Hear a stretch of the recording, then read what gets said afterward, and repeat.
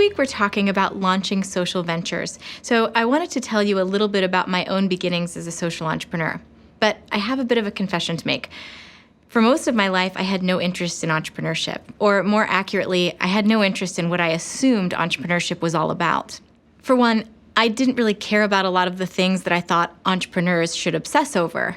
For example, I didn't have a burning desire necessarily to start my own venture. I thought I could do a lot of good serving in a leadership role in the public sector or the social sector somewhere. And I didn't necessarily care about making a lot of money. In fact, the things that I was drawn to seemed to be related to giving money away. Additionally, my heroes weren't CEOs or leaders of big corporations. I was drawn more to people like Mother Teresa or individuals who went and served in the Peace Corps in some far-flung place. Plus, if I'm honest, the entrepreneurs that seemed to rule the startup world, at least in my perspective at the time, were men, were in high tech, and were solving problems that didn't really seem like real problems or very important problems to me. So I didn't have a lot of interest working on those kinds of ventures. Plus, just generally, the entrepreneurial path didn't seem accessible to me. It seemed to me that entrepreneurs had to do any one of these mysterious feats like sourcing venture capital funding, or finding a famous mentor to take them under their wing, or access some sort of cutting-edge research that allowed them to see a new opportunity or trend that others didn't. I didn't know how to do those things.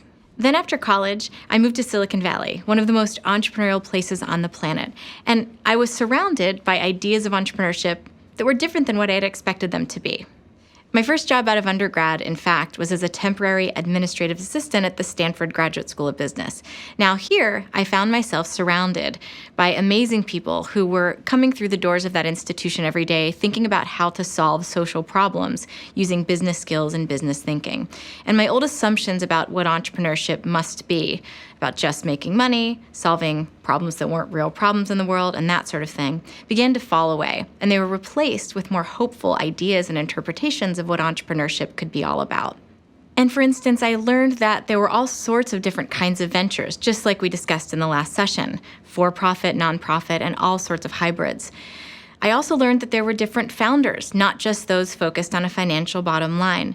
And I was surrounded by individuals who were just as excited and eager to have a conversation about social impact as they were about financial success.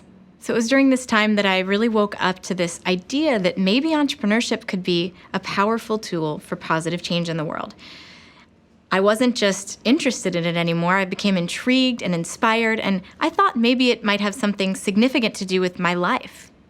Most important of all, suddenly I was in a community of people who cared about solving the same kinds of problems that I did, and who were doing so in incredibly strategic, disciplined ways.